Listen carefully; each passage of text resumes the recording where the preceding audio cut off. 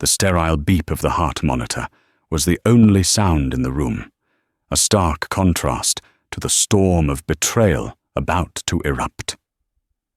She just gave birth.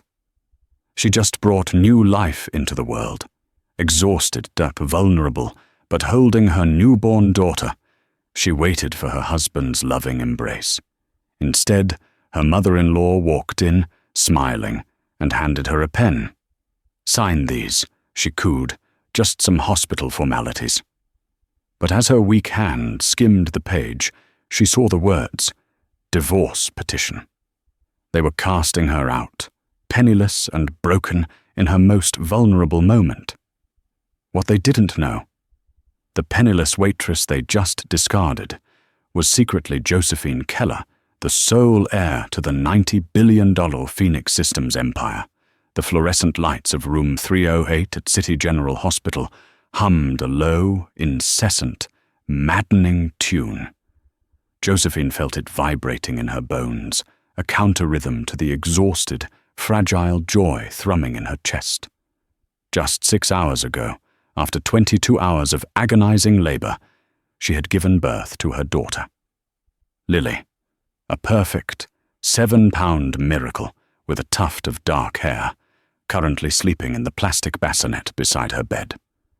Josephine, known to this world as Josie Monroe, was 26. She was sore, exhausted, and utterly alone. Her husband, Gray Parker, had been there for the birth, but his presence was distant. He'd held the baby for a perfunctory minute, his handsome face pale and strained, and then muttered something about getting his parents. He hadn't been back in 4 hours. She shifted against the starchy, over-bleached pillows. Every muscle ached. She had met Gray 2 years ago at a small cafe in the city where she was working as a waitress. It was a lie, of course. A life she had constructed. She wasn't Josie Monroe, waitress. She was Josephine Keller, daughter of the late tech visionary Robert Keller and the anonymous sole owner of Phoenix Systems. After her father's death, crushed by grief and the vultures of her social class, she had run away. She'd put her $90 billion inheritance into a blind trust, managed by her father's bulldog-loyal CEO, and had tried to find something real. She'd wanted to be loved for herself, not for the Keller name. She'd found Gray. He was a junior associate at his family's small real estate firm, Parker & Sons. He was handsome, charming, and seemed normal. His old money family, he'd warned, was a bit stuffy. A bit stuffy was an understatement. Beatrice and Walter Parker had despised her from the moment Gray introduced them. She was, in their eyes, common. She had no family name, no pedigree, no money. They saw her as a gold digger, a trap. The pregnancy had only made things worse. It had forced Gray's hand, and he'd married her in a quiet, resentful courthouse ceremony 3 months ago. The door to room 308 slid open, not with a gentle tap, but with a decisive, echoing whoosh. Gray entered, but he didn't look at her. He looked at the floor, at the wall, at the "Get Well Soon" balloon a nurse had tied to the railing. Behind him, regal and terrifying as a bird of prey, was his mother, Beatrice. She was dressed in a navy blue St. John knit suit, her pearls glowing like salvaged teeth. Walter, his father, hovered behind her, a smaller, greyer echo of his wife. Beatrice. Walter. Gray, Josephine murmured, her voice hoarse. She tried to smile, to gesture at the bassinet. "She's here. Her name is Lily." Beatrice ignored the bassinet. She moved to the side of the bed, her face a mask of polite, surgical pleasantry. "Josephine, you look exactly as one would expect." Gray flinched but said nothing. "We came as soon as we heard," Beatrice continued, her voice like ice chips in a glass. "Such news." "Gray," Josephine pleaded, her eyes finding her husband's. Aren't you going to look at her?" Gray wouldn't meet her gaze. He just stared at the beige linoleum. "Josie, listen." "What my son means," Beatrice interrupted, gliding into the space between them, "is that we have some business to attend to. Some hospital formalities, to ensure everything is taken care of." She produced a crisp, thick manila envelope from her designer handbag and placed it on Josephine's bedside tray right next to the plastic cup of ice chips. "What is this?" Josephine asked, her hand instinctively moving to cover her stitched abdomen. A cold, sharp fear, entirely separate from the joy of motherhood, began to cut through the fog of painkillers. "Just sign, dear," Beatrice said, her smile not reaching her eyes. "It's for the best. It's to finalize the arrangements." "Finalize what?" Walter cleared his throat. "Now, Beatrice, perhaps we wait until—" "We will do no such thing, Walter," Beatrice snapped, her eyes flashing. She turned back to Josephine. "Gray has been unhappy for some time, Josephine. This entire situation was a dreadful mistake. But we are prepared to be generous." I don't understand," Josephine whispered. Gray finally looked up, his eyes bloodshot. "It's over, Josie," he mumbled. I'm sorry. We're not good together. You were right. My family." "He's filed for divorce," Beatrice said, the words sharp and clean as a scalpel. "And he is suing for full custody of the child, citing your instability." The air left Josephine's lungs. The hum of the light seemed to scream. "What? Custody? Instability? I just gave birth." "Yes, and it's time to be practical," Beatrice said. She tapped the envelope. "This is the divorce petition. And this," she pulled out a second, thinner document, "is a relinquishment of parental rights. Sign it, and we will give you a one-time payment of $50,000. A fresh start, as it were. You can go back to wherever it is you came from." Josephine's hand trembled as she reached for the envelope. She pulled out the sheaf of papers. Her eyes blurred, but the words at the top were unmistakable. The marriage of Gray Parker and Josephine Monroe. 50,000? Josephine's voice was barely a whisper. "More money than you've ever seen, I imagine," Beatrice sneered. "Sign it, or we will take the child anyway, and you will get nothing. We have friends.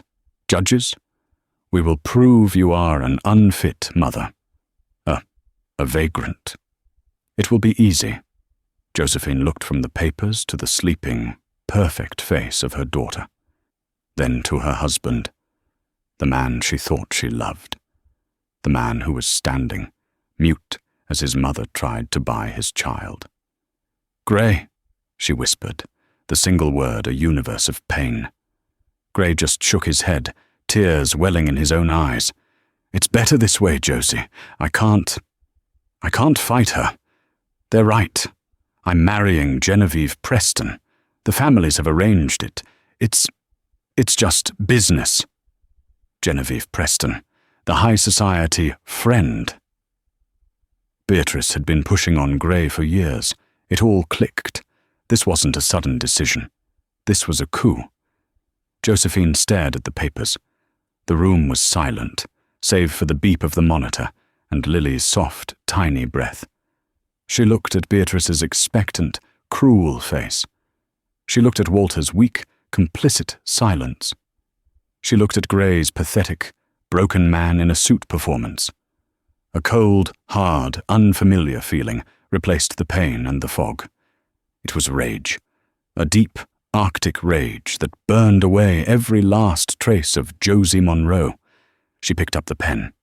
Beatrice smiled, a victor's smile. Josephine clicked it. She didn't look at the papers. She looked straight into Beatrice's eyes. "Get out," she said. The smile faltered. "I beg your pardon?" "I said," Josephine repeated, her voice low and serrated, Get out, all of you. Now. You are in no position to make demands, Beatrice spat. You have 5 seconds, Josephine said, before I call hospital security and have you removed for trespassing and harassing a postpartum patient. She pressed the call button for the nurse. Beatrice, stunned by the sudden venom, snatched the envelope. You will regret this. You will be begging us for scraps within a week. You will never see a dime. Get out, Josephine said again, her eyes locked on her husband. And you, Gray, take your papers and take your business decision and go. Gray looked at the floor, his face white. He turned and fled the room. Walter scurried after him. Beatrice gave Josephine one last look of pure hatred.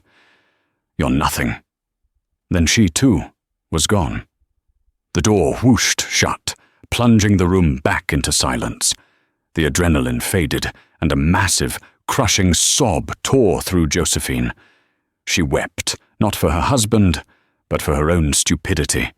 She wept for the life she had tried to build. She wept for the daughter who had been born into this nest of vipers. After 10 minutes, the tears stopped. The Arctic cold returned. She reached for her cheap, prepaid cell phone on the bedside table. She scrolled through the single, unsaved number she had memorized for this very purpose, a number she had sworn and hoped she would never have to use. She pressed call. It rang once. Yes? The voice on the other end was deep, efficient, and worth billions. Kincaid, Josephine whispered, her voice cracking. There was a pause. The voice softened, just a fraction. Josephine, are you all right? Where are you? I'm at City General, room 308, she said, new tears welling. And I had the baby. It's a girl. Josephine, that's wonderful news, Mr. Kincaid, chairman and CEO of Phoenix Systems, said, his voice instantly shifting. I will have the security team. Kincaid, she interrupted, a single tear rolling down her cheek. They served me divorce papers. Gray, his family. They served me divorce papers in the hospital. The silence on the other end of the line was absolute. It was the sound of a patient, powerful man processing information. When he spoke again, his voice was no longer soft. It was the voice that dismantled corporations and ended careers. What do you need? Josephine looked at the bassinet, at the tiny, perfect sleeping form of Lily Keller. I'm done hiding, she said. I'm done being Josie Monroe. I want you to send the car, the real car, and I want you to bring my lawyers, all of them. It's time for Josephine Keller to come home.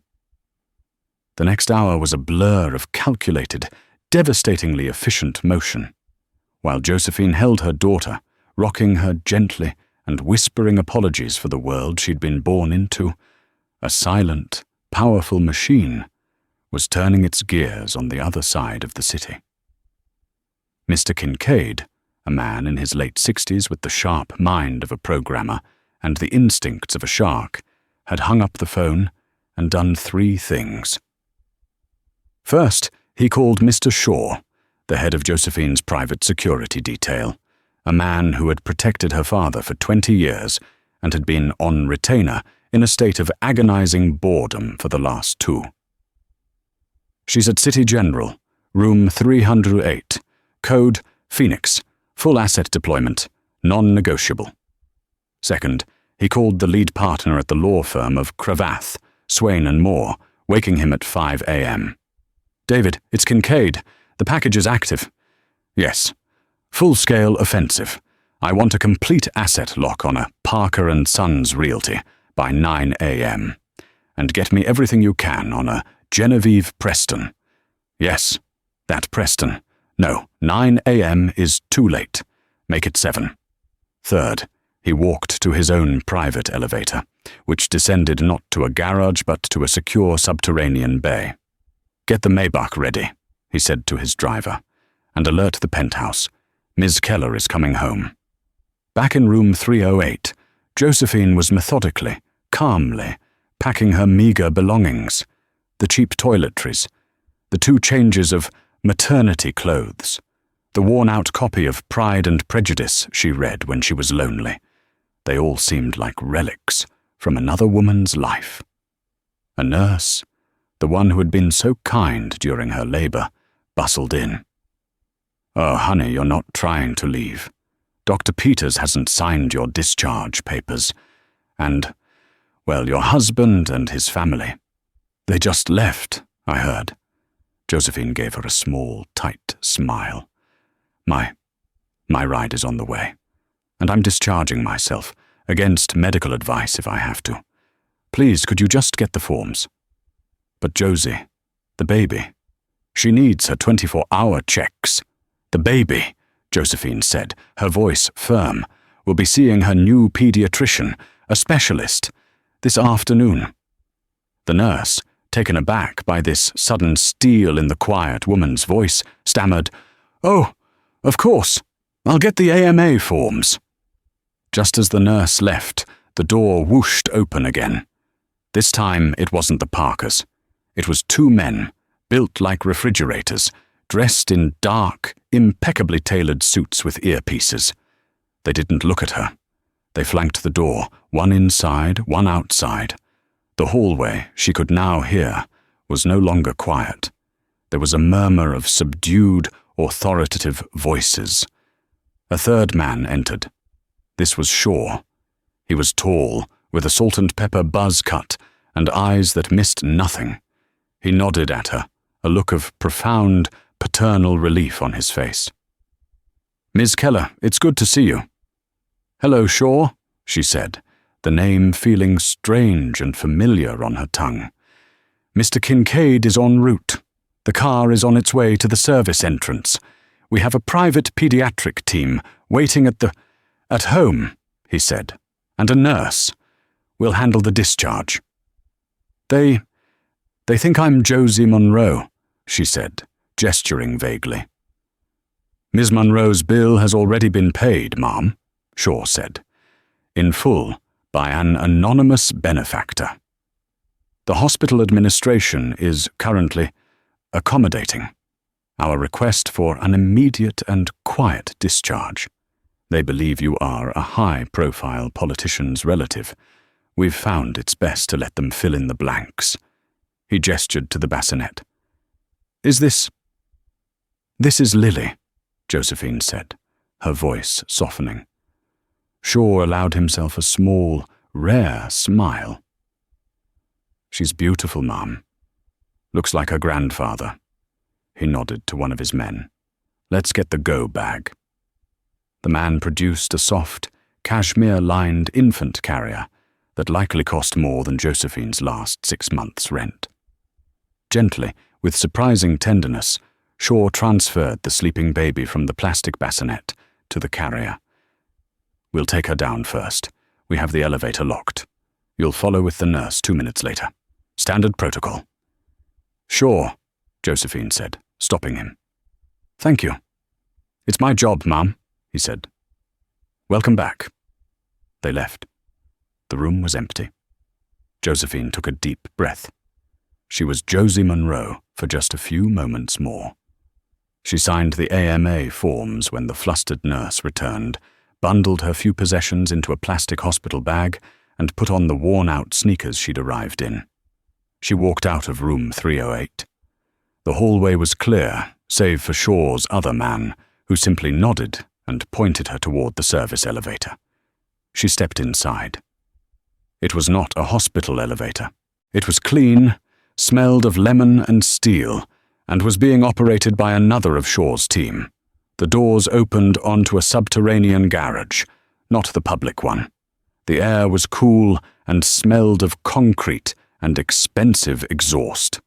Waiting there, sleek and black as a pool of oil, was not just a car. It was a fortress. A Mercedes Maybach S680, its windows darkly tinted. The back door was already open. Mr. Kincaid stood beside it, his hand extended. He was in a bespoke suit, his silver hair perfectly combed. "Josephine," he said, his voice thick with emotion. He pulled her into a brief, awkward, but deeply affectionate hug. "Are you all right, child?"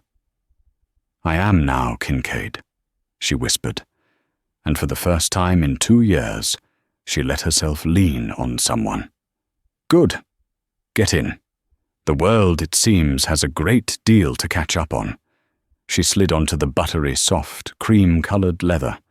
The door closed with a pressurized, soundless thunk, sealing the chaotic, noisy, cruel world of the hospital outside. Inside, it was silent. The infant carrier was already secured in a custom-built harness. As the car pulled out of the garage, Kincaid handed her a tablet. "What's this?" "Your new life, or rather, your old one," he said. "On that, you will find the Q3 report for Phoenix Systems, which you need to sign off on.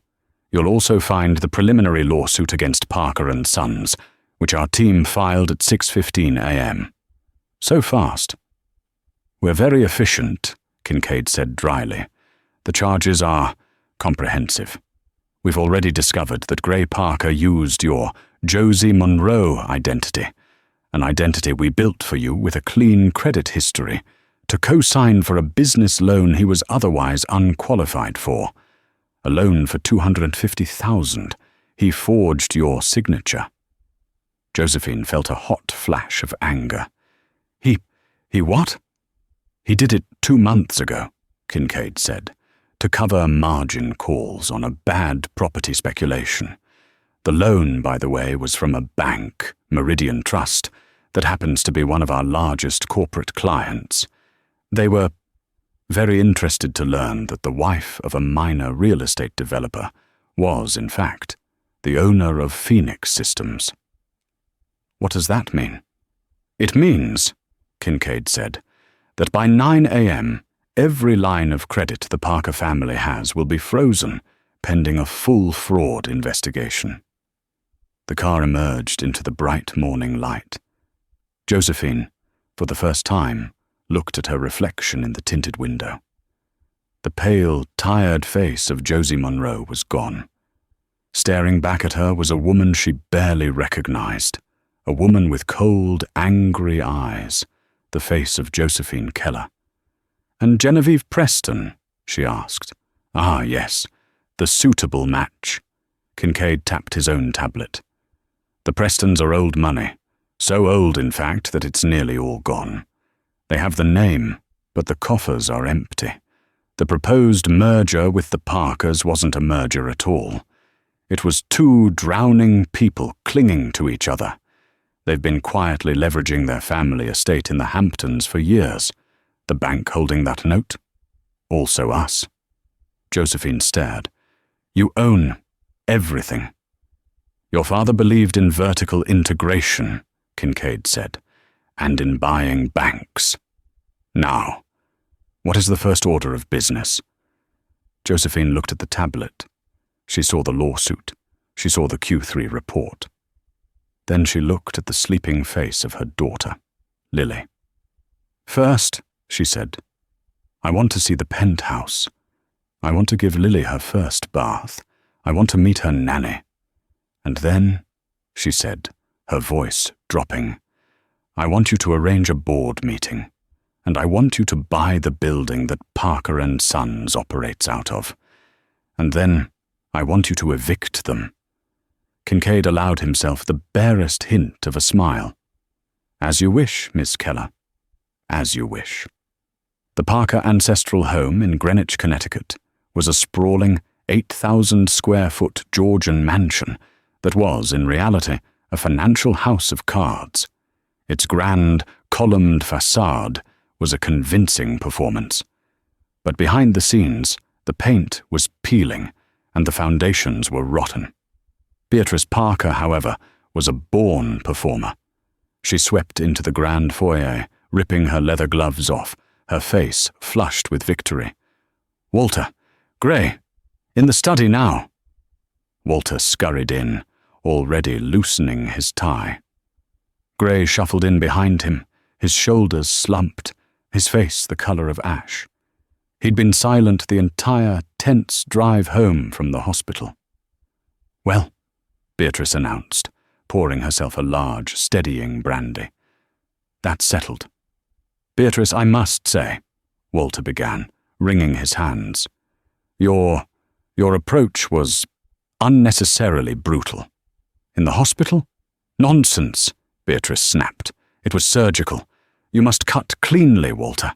That girl, she needed to understand the new reality. She has nothing. No family, no money, no power. We hold all the cards." Gray sank into a leather armchair, his head in his hands. She called security. She wasn't crying. Of course she wasn't, Gray. "Her kind doesn't cry, they posture," Beatrice said dismissively. "She'll be back. She'll be on her hands and knees by the end of the week, begging for that $50,000. And when she is, we will offer her 20. And the baby?" Gray whispered, his voice cracking. My daughter." Beatrice softened, just a fraction. She sat on the arm of his chair. "Gray, darling, the baby is a Parker. That is what matters. When the girl signs the papers, our lawyers will retrieve the child. She will be raised here properly, without influence." "But she's a newborn. She needs her mother." "She needs a name," Beatrice corrected. "She needs a future, something Josie Monroe could never provide. You are providing that. By marrying Genevieve Preston, you are saving this family. You are saving this house. The Preston merger will give us the capital we need to cover the Meridian Trust loan. It's all settled."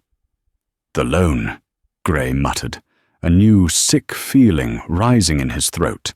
The $250,000 loan, the one he'd borrowed Josie's signature for. He'd told himself it was fine. Her credit was clean. He'd pay it back as soon as the Preston deal was done. It was just a little white lie, a little bit of forgery, to save his family. "Don't you worry about the loan," Walter said, trying to sound confident. It's all just business." "Exactly," Beatrice said, raising her glass. "To the future. To Parker and Preston." Just as she spoke, the heavy oak doors of the study burst open. It was Maria, the housekeeper, her eyes wide with panic. "Mrs. Parker, you must come. There are men at the gate. They won't leave." "What?" Beatrice stood up, indignant. "Tell them to use the service entrance. Are they deliveries?" "No, ma'am," Maria whispered. They are from the bank." A chill went through the room. Walter and Beatrice exchanged a look. "Meridian Trust?" Walter asked. "No," Maria said. A law firm. Cravath, Swain and Moore. And the press, ma'am. There's a van from the Wall Street Journal." Beatrice's glass slipped from her hand, shattering on the hardwood floor, the brandy spreading like a pool of blood. While the Parkers' world was beginning to splinter, Josephine was ascending. The Maybach hadn't driven to the suburbs. It hadn't even driven to a recognizable residential building. It had slipped into a private, fortified garage beneath One Central Park West, a building so exclusive its true residents were never named. The elevator opened directly into the penthouse. Josie Monroe had lived in a 600-square-foot, third-floor walk-up. Josephine Keller's home, which she hadn't seen in 2 years, was a 3-story, 15,000-square-foot masterpiece of glass, steel, and light. The entire south wall was a 30-foot-high window overlooking Central Park. The furniture was minimal, expensive, and art-like. A team of staff, dressed in simple grey uniforms, was standing at attention. "Welcome home, Miss Keller," said a woman in a crisp white uniform, stepping forward. "I am Dr. Ann Withers, the pediatric neonatologist Mr. Kincaid has retained. And this, she gestured to a kind-faced woman beside her, is Mrs. Davies, the head nurse. The penthouse had been transformed. What was once a minimalist art gallery was now also the most advanced neonatal care unit in the city. There were 2 state-of-the-art incubators, just in case, a full-time nursing station, and a nursery that had been designed by a child psychologist, all assembled in the 80 minutes since her phone call. "My God, Kincaid," Josephine whispered. "This is too much." "Nonsense," Kincaid said gruffly. "She's a Keller. She gets the best. Now, I believe you mentioned a bath." For the next 2 hours, Josephine was not a billionaire. She was not a CEO. She was a mother. Aided by Mrs. Davies, she gave Lily her first real bath in a tiny porcelain tub. She dressed her, not in a hospital-issue onesie, but in a feather-soft, hand-stitched Pima cotton sleeper. She fed her. She held her. She sat in a massive Eames chair, rocking her daughter and staring out at the park, the entire city spread out below them like a map of her new, old life. Kincaid and Shaw stood by the window, giving her space, handling the logistics. "The press is getting an anonymous tip," Shaw said quietly to Kincaid. "A picture of Josie Monroe, waitress. We're also leaking a rumor of a hostile takeover of Parker and Sons. We're creating 2 narratives. The world will be confused. And by the time they're not confused, we'll be in control." Kincaid nodded. "The building. The one they lease." "We bought it," Shaw said. "The holding company finalized the sale 30 minutes ago. The owner was happy to sell once he heard who was asking. Good. Eviction notices. Send them by courier. Today." Josephine, overhearing, looked up. No. The 2 men turned. "Ms. Keller? No eviction notice," Josephine said, her voice quiet but absolute. "Not yet. That's too simple. A simple eviction. They get to be victims. They get to blame the big, bad corporation." Kincaid walked over. "What do you have in mind?" Josephine looked down at Lily. "They tried to take my daughter. They offered me 50,000. They threatened me. They called me nothing. I don't want to evict them. I want to break them. I want to take away everything." She stood up, handing the sleeping Lily to Mrs. Davies. She walked over to the tablet Kincaid had given her. She pulled up the file on the fraudulent loan. "This loan," she said, her finger jabbing the screen. "The $250,000. It's fraud. That's a criminal offense, isn't it?" "Potentially," Kincaid said. "It's hard to prove. He forged my name, Kincaid, on a legal document. That must be illegal." "It is, Josephine, but are you prepared to send your husband, your ex-husband, to jail?" Josephine looked at him. "He's not my husband. He's the man who stood by and let his mother try to buy his child." "Yes, I am." "Very well, I'll have the legal team." "No," she said. "Not the legal team. Not yet. I want him to know that I know. I want him to know what's coming, and I want to see his face." She looked at Kincaid. "I need one more thing. I need a new identity. Not Josie Monroe, and not Josephine Keller." Kincaid looked confused. "I don't understand." "I need to go to court," she said, "for the divorce. But I'm not going as a billionaire, and I'm not going as a waitress. I'm going as Josephine Monroe, the one they think they know, the one who's poor. And I'm going to get the best, most bloodthirsty, most expensive shark of a divorce lawyer in this city. And I am going to have you pay for it, anonymously. I'm going to let them think I found some pro bono hero. I'm going to take them for everything they think they have. And then, when they are at their lowest, when they are in that courtroom, that's when Josephine Keller will walk in." Kincaid stared at her for a long moment. The grief-stricken girl who ran away 2 years ago was gone. In her place was Robert Keller's daughter. "A two-front war," Kincaid said, a slow smile spreading across his face. "Psychological and financial. I like it." "It's not a war," Josephine said, taking Lily back from the nurse. "It's a reckoning. Now, Kincaid, find me a shark." The scene at the Parker gates was a circus. The men from Cravath, Swain, and Moore were polite, emotionless, and utterly terrifying. They were not there to repossess the house. They were there to serve. Mrs. Beatrice Parker, Mr. Walter Parker, Mr. Gray Parker. The lead lawyer, a man named Henderson, asked, his voice projecting easily over Beatrice's sputtering. "We will not be harassed," Beatrice shouted. "Maria, call the police." "The police are already here, ma'am," Henderson said, gesturing to a squad car parked discreetly down the road, "to ensure this process is orderly. We are here to serve Mr. Gray Parker with a summons for a preliminary hearing on charges of felony fraud and forgery, and we are serving Mr. and Mrs. Walter and Beatrice Parker with a notice of lawsuit from Phoenix Systems." The name landed like a bomb. "Phoenix Systems," Walter repeated, the color draining from his face. The tech company?" "The very same," Henderson said. "It seems your firm, Parker & Sons, is currently in violation of several financial agreements with a subsidiary of Phoenix. All your assets are, as of 7:11 a.m. this morning, frozen pending investigation.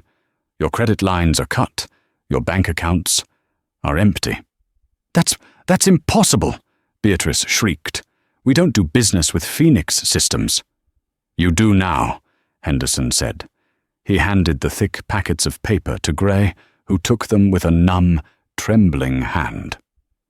"You will see us in court. Good day." The lawyers turned and walked, in perfect, terrifying unison, back to their black town cars. The Wall Street Journal reporter, a young, hungry woman named Sarah Jenkins, immediately sprinted up the drive, microphone in hand. "Mr. Parker, is it true Phoenix Systems is alleging a pattern of fraudulent activity against your family? What is your comment on the Preston merger being called off?" "What?" Gray, Walter, and Beatrice all said at the same time. "The Preston family released a statement 20 minutes ago," the reporter pressed, citing grave concerns about the Parkers' financial and ethical viability. "They've cancelled the engagement between you and Genevieve Preston." "Sir? Mrs. Parker?" Beatrice looked like she had been struck by lightning. "Genevieve, called off? Get off my property," Walter roared, grabbing the microphone and throwing it onto the grass. "That's assault," the cameraman yelled. The police car, seeing the scuffle, flashed its lights and began to drive up the long, curved driveway. It was chaos. Gray, meanwhile, was staring at the summons in his hand. Phoenix Systems versus Parker & Sons, and the people verse Gray Parker. And then a third envelope, thinner, pink. He opened it. It was from a different law firm, a small boutique but legendary firm, Rothman and Spector. It was a divorce filing from Josephine Monroe. She's suing me," he stammered, bewildered. "Who?" Beatrice shrieked, her hair coming undone. "Josie, she's filed for divorce. She's demanding, my God, she's demanding sole custody, the apartment, and $10,000 a month in alimony and child support." Beatrice let out a sound that was half laugh, half sob. "The apartment, the one we pay for, $10,000? Is she insane? She'll get nothing. We have nothing." "Rothman and Spector," Walter whispered, his face white as a sheet. "Beatrice, that's Leonard Spector's firm. He's a monster. He's the most expensive divorce attorney in New York. How could she afford Leonard Spector?" Gray didn't know. He didn't understand. How did Phoenix Systems get involved? How did Josie get Leonard Spector? How had his entire life, his entire world, evaporated in the span of 3 hours? He thought back to the hospital, to Josie's face, the coldness, the lack of tears, the way she had said, "Get out." She hadn't been posturing. She hadn't been hysterical. She'd been planning. The instability charge they were going to use. It was laughable. The vagrant mother had somehow hired the most feared lawyer in the state. He sank to his knees on the manicured lawn, the police officer asking him to stand up, his mother screaming at the reporter, his father babbling about credit lines. All he could see was the face of his newborn daughter, Lily, a daughter he had tried to trade for a business merger. What did I do?" he sobbed. "Oh my God, what did I do?" The next 2 weeks were a masterclass in psychological warfare. For the Parkers, it was a slow, agonizing descent. Their assets remained frozen. The Parker and Sons name was mud. Clients fled. The phones were cut off. They were forced to sell Beatrice's jewelry, then the antique furniture, just to pay for a lawyer, a cheap, third-rate attorney who was visibly intimidated by the dual threat of Cravath, Swain and Moore, and Rothman and Spector. Genevieve Preston had not only called off the engagement, she'd taken out a restraining order, claiming Gray was unstable, a delicious, karmic echo of his own accusation against Josie. For Josephine, it was a period of rebirth. She settled into the penthouse, into motherhood, and into her role as CEO. She was a natural. She had her father's brilliant, analytical mind and a new, ruthless streak the Parkers had forged in that hospital room. She was on 4 a.m. calls with the Tokyo office, 8 p.m. calls with London, all while Lily slept in a bassinet next to her desk. She had one, and only one, face-to-face meeting with her divorce lawyer, Leonard Spector. Spector was a small, immaculate man in his 70s with the eyes of a hawk. He had, of course, been hired and paid handsomely by Kincaid. "This is an unusual case," Spector had said, looking over the file Kincaid's team had prepped. "You are Josie Monroe, a waitress, but you are not. For the purposes of this hearing, Mr. Spector, I am exactly Josie Monroe," Josephine had said. "I am a single mother, abandoned by her husband, with no resources. I want you to fight for me as you would any other client." As I would any other client, or as I would a client who is being personally bankrolled by the CEO of Phoenix Systems, Spector had asked, a slight smile playing on his lips. Kincaid had told him just enough to ensure his cooperation. "Fight for Josie Monroe," Josephine said. "Get her everything. And the fraud charge? The criminal case? That," Josephine said, "is separate. That's for Gray Parker, the businessman. My divorce. This is for Gray, the husband." Spector had smiled. "I see. You're not just scorching the earth, you're salting it too. I've never been so terrified, or impressed, by a client in my life. This will be a pleasure." The day of the preliminary divorce hearing arrived. It was in a small, drab courtroom in the family court building. Josephine arrived, not in a Maybach, but in a simple yellow taxi. She wore a plain grey dress. She looked like a waitress. She held the infant carrier in her hand. The Parkers were already there. They looked wrecked. Beatrice's hair was badly dyed. Walter's suit was rumpled. Gray looked like he hadn't slept in a month.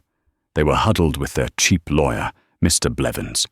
When they saw Josephine walk in, their expressions were a mix of hatred and, for the first time, fear. She wasn't begging. She wasn't crying. She looked calm. And behind her, Leonard Spector walked in, carrying a briefcase that probably cost more than their car. "All rise," the bailiff said. The judge, a no-nonsense woman named Judge Maria Rodriguez, looked over the files. "A simple divorce, it seems," she said. "Complicated by, well, everything. Mr. Spector, your client is asking for $10,000 a month in support from a man whose assets are, according to this other filing I've been made aware of, completely frozen. Your Honor," Spector began, "my client is a new mother. She was abandoned. Her husband, Mr. Parker, has, or had, access to significant family resources. He and his family attempted to defraud my client of her child in her hospital bed." "Objection," squeaked Mr. Blevins. "Hearsay. Inflammatory." "Sustained," Judge Rodriguez said. "But I've read the affidavits. It's distasteful. However, Mr. Parker has filed for bankruptcy. His family resources are gone. So, Mr. Spector, where exactly do you expect this money to come from?" This was the moment. "Your Honor," Spector said, "my client has had a change of circumstance. She no longer wishes to pursue the alimony." The Parkers looked at each other, stunned, a flicker of hope. Was she giving up? "I see," the judge said, surprised. "And custody. My client demands sole, absolute, and permanent custody," Spector said, his voice hard. "And she is contingently willing to waive the alimony in exchange for one thing." "What?" Blevins asked, suspicious. "The immediate and permanent termination of Mr. Parker's parental rights," Spector said. Gray, who had been silent, shot to his feet. No, you can't. Josie, you can't take her. She's my daughter. I made a mistake. I was scared." "You were weak," Josephine said, her first words in the courtroom. Her voice was quiet, but it cut through the room. "You were weak, and you were cruel, and you will not do to her what your family did to you." "Your Honor," Blevins said, She's a waitress. She can't afford to raise a child. We can offer a better life." "A better life," Judge Rodriguez said, her patience snapping. "Mr. Blevins, I have a file here that says your clients are being indicted for fraud, bribery, and are subjects of a Forbes magazine article that just posted 10 minutes ago, entitled Parker's Folly. You have no life. You have a mess." "A Forbes article?" Walter whispered, his face going pale. Right on cue, the doors to the courtroom burst open. It wasn't lawyers. It was Kincaid and Shaw. And behind them, a phalanx of reporters and cameramen, including the Wall Street Journal reporter, Sarah Jenkins. They flooded the courtroom. "What is the meaning of this?" Judge Rodriguez roared. "Bailiff, clear the court." "Your Honor," Kincaid said, his voice booming with authority. "Apologies for the interruption. I am Mr. Kincaid, chairman of Phoenix Systems." Beatrice, Walter, and Gray all seemed to shrink. "And," Kincaid continued, "I am here on behalf of our owner." Your owner?" the judge asked, completely thrown. "This is a family court matter, Mr. Kincaid." "It is, Your Honor," Kincaid said. "And our owner has a vested interest." He stepped aside. Josephine stood up. She unclipped the simple barrette from her hair, letting it fall. She took off the drab grey overcoat. Underneath, she was wearing a dark, impossibly sharp, custom-tailored suit. She walked from the plaintiff's table, past the defense table, and stood next to Kincaid. Beatrice's mouth fell open. Walter looked like he was having a heart attack. Gray just stared, his eyes wide with an impossible, dawning horror. He looked at Josie Monroe, the waitress, and he looked at the woman in the power suit, and he saw they were the same person. Josie, he stammered. "Your Honor," Josephine said, her voice now amplified by a confidence he had never heard. "My name is Josephine Keller. I am the sole owner of Phoenix Systems. Josie Monroe was an identity I used to live a normal life. I am, in fact, the plaintiff. And I am, in fact, the woman Mr. Parker served divorce papers to hours after I gave birth to my daughter, Lily Keller. The courtroom was silent. The pop of camera flashes was the only sound. I am worth, she continued, by Forbes's last estimate, $90 billion. My ex-husband forged my Josie Monroe signature on a loan document, which is a felony. His family attempted to extort me for $50,000 in exchange for my own child. She turned and looked, not at Gray, but at Beatrice. You said, Josephine said, her voice lethally calm, that I would be begging you for scraps. You said I was nothing. You asked how I could afford Mr. Spectre. The answer is that I can afford everything. I can afford this building. In fact, she glanced at Kincaid, who nodded. I own this building. Or the trust that leases it to the city does. A small acquisition we made last week.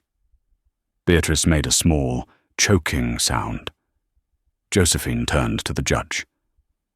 Your Honor, I am no longer asking. I am telling you, I am a financially independent, stable and, I assure you, very fit mother. My ex-husband is a bankrupt, indicted felon. I want this divorce finalized. Today. I want his rights terminated. Today. And then I want him and his associates arrested. On cue, 2 uniformed police officers who had entered with Kincaid stepped forward and stood behind Gray and Walter. Gray looked at Josephine, his face a mask of total, abject ruin. Josephine, please. I love you. I loved you. Josephine held his gaze. No, Gray, you didn't. You loved easy. You loved simple. And when it got hard, you folded. You didn't just break my heart. You tried to sell my child. You don't get to love me, and you never get to love her. She turned back to the judge. Your Honor? Judge Rodriguez, stunned, finally banged her gavel. Divorce, granted. Termination of rights, granted. Custody, granted. And, officers, you may do your duty. As the officers put Gray and Walter in handcuffs, Walter for the bribery charges Kincaid's team had unearthed, Gray for the fraud, Beatrice finally collapsed, screaming, a terrible animal sound. Josephine didn't look back. She picked up Lily's carrier, smoothed her suit, and walked, flanked by Kincaid and Spectre, out of the courtroom and into the flashbulb-lit hallway of her new public life. The aftermath was not a story of victory. It was a story of consequences. The Forbes article, The Waitress and the Billionaire, How Josie Keller Fooled Them All, became the most read article of the year. The story of the billionaire in disguise was a global sensation, but for Josephine, it was just noise. She retreated to the penthouse. Her new life was a structured, secure, and quiet one. She was, as the Wall Street Journal dubbed her, the Phantom of Phoenix. She ran the company, ruthlessly and brilliantly, from her home office, her baby daughter always in a custom-built, soundproofed bassinet nearby. She founded the Lilly Foundation, a $5 billion charitable trust dedicated to providing legal and financial aid to single mothers, specifically those fleeing abusive or coercive relationships. Her first act was to buy the building that housed the family court and donate it to the city, on the condition that they triple the funding for social services and childcare. The fate of the Parkers, however, was a much more public affair. Walter Parker. His case was swift. Kincaid's lawyers had provided the DA with a mountain of evidence linking him to Councilman Peters and a string of corrupt zoning deals. He was found guilty on 12 counts of bribery and racketeering. He was sentenced to 10 to 15 years in a medium-security federal prison. Gray Parker. His case was more tragic.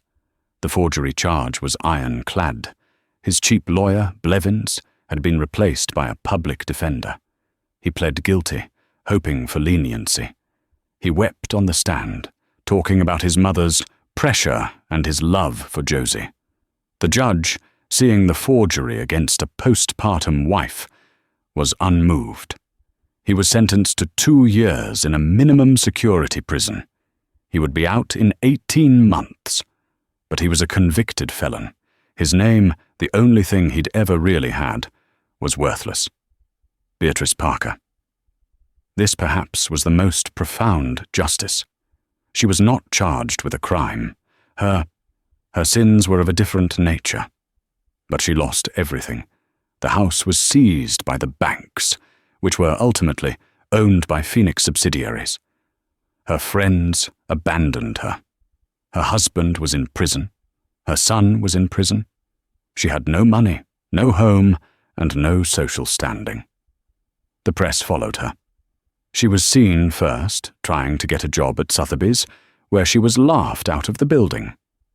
She was seen working, briefly, as a hostess at a high-end restaurant, until the owners were reminded by Kincaid that their lease was up for renewal. The last confirmed sighting of Beatrice Parker was captured by a paparazzi. She was working the 10 p.m. to 6 a.m. shift as a waitress at a 24-hour diner off the I-95. The photo was a perfect, brutal, karmic circle. The woman who had sneered at a common waitress was now living that life, only without the $90 billion escape hatch. She was, in the end, truly nothing. And Genevieve Preston?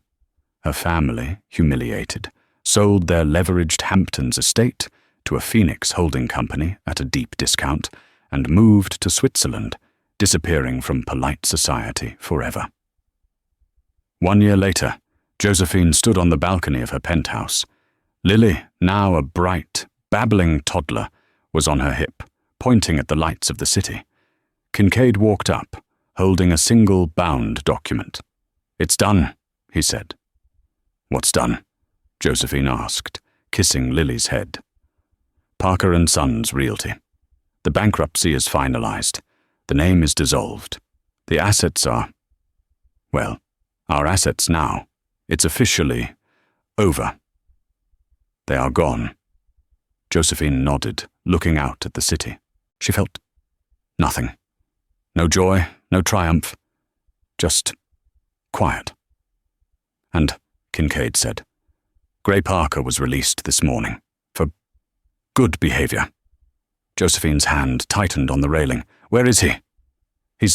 Well, Kincaid handed her a tablet. It was a live feed from a security camera. One of Shaw's men. It was Gray. He was thin, pale, and dressed in a cheap, ill-fitting suit. He was standing on the street corner, across from the diner where his mother worked. He was just watching her through the window as she cleared plates. He looked broken. A hollow man. He tried to contact us," Kincaid said, "through the Lilly Foundation. He's not asking for money. He's asking for a picture of Lily." Josephine watched the screen for a long time. She watched this man, this ghost, who had, for a brief, shining moment, held her heart, and who had, for a moment of supreme weakness, crushed it. She saw him watch his mother for 10 minutes, then turn, his shoulders slumped, and walk away into the dark. "No," Josephine said. "No, Mum. No picture," she said, her voice firm. "He made his choice. He doesn't. He gets to live with the nothing he created. He gets to live with the nothing his mother made him." She turned off the tablet, handing it back to Kincaid. She turned her back on the city, on the past, on the ghosts of the Parkers. She held her daughter close, breathing in the sweet, innocent smell of her. "Come on, my love," she whispered to Lily. "Let's go read a story. Let's..." Let's read about the future. She walked back inside, into the light, leaving the darkness and the men who had chosen it far, far below. And so, the waitress, who was a queen, got her justice. But what do you think? Was the karmic retribution fitting for the crime? Beatrice, Walter, and Gray all faced the consequences of their greed and cruelty, but in very different ways. Who do you think got the worst of it? This story is a reminder that you never know who you are talking to, and that the greatest strength can be found in the moments where you feel most broken. Josephine lost Josie Monroe, but she found herself, and she built an empire for her daughter. What did you think of this story? Did you see that final twist coming?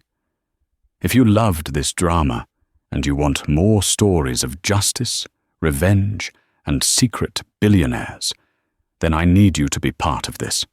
Hit that like button right now if you think Beatrice got what she deserved. Drop a comment below with what you think Gray should have done. And most importantly, please subscribe to the channel and hit that notification bell. We post new stories every week, and you don't want to miss what happens next. Thank you for listening. Share this with a friend who loves a good story. We'll see you in the next one.